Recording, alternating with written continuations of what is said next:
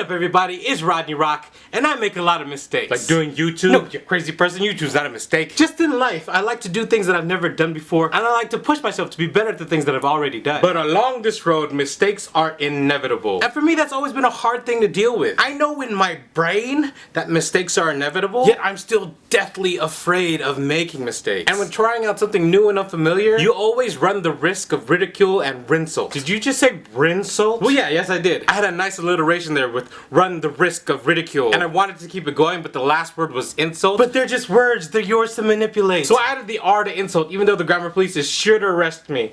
But I don't give a fuck. Psych, because I actually do give a fuck. Sometimes I care about what people have to say and think, especially if it's about my work. And even with the best intentions of being generous, positive, and well-meaning, you'll receive hate and vitriol from other people who don't share your point of view, which in turn can scare you into holding back, not putting yourself out there, scare you into not making a mistake. But mistakes should be embraced. Come here, little mistake. Come on, I want to hug you. But it's a constant battle for me, because I do my best not to make them, but they happen, and it sucks. But mistakes are a great learning tool, and making them gives you more opportunities to evaluate and examine your life, to reflect on what's important. But there's also a slippery slope here, because in our day and age and on the internet, we must make a distinction between realizing we've made a mistake and people exclaiming, "You, sir, are mistaken!" Because like I've mentioned before, people will just throw that out there just because you don't hold the same opinion as them. But to let that kind of hate prevent you from taking risks and putting yourself out there and being outspoken would be tragic. Another thing, people like to say that the internet is forever, that everything you've said or done will be recorded if you put it on the internet. People love to say stuff like, if my children Googled me, they would see some mistake X that I made. But I think it's safe to say that now more than ever, because of the internet, you're able to move on from times that you've misstepped. There are a lot of people who've been able to move past some massively publicized mistakes. And apparently it's rare that a mistake is so devastating that it's beyond recovery. You'll be absolutely amazed what you can come back from. So this is my reminder to you and to myself. Mistakes are okay as long as you're well-intentioned, good-hearted, and loving. So don't be afraid.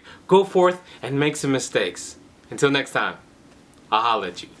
What up, everybody? It's RodneyRocK. I believe that the time you spend trying to be creative is about 90% perspiration and 10% inspiration. I've come to find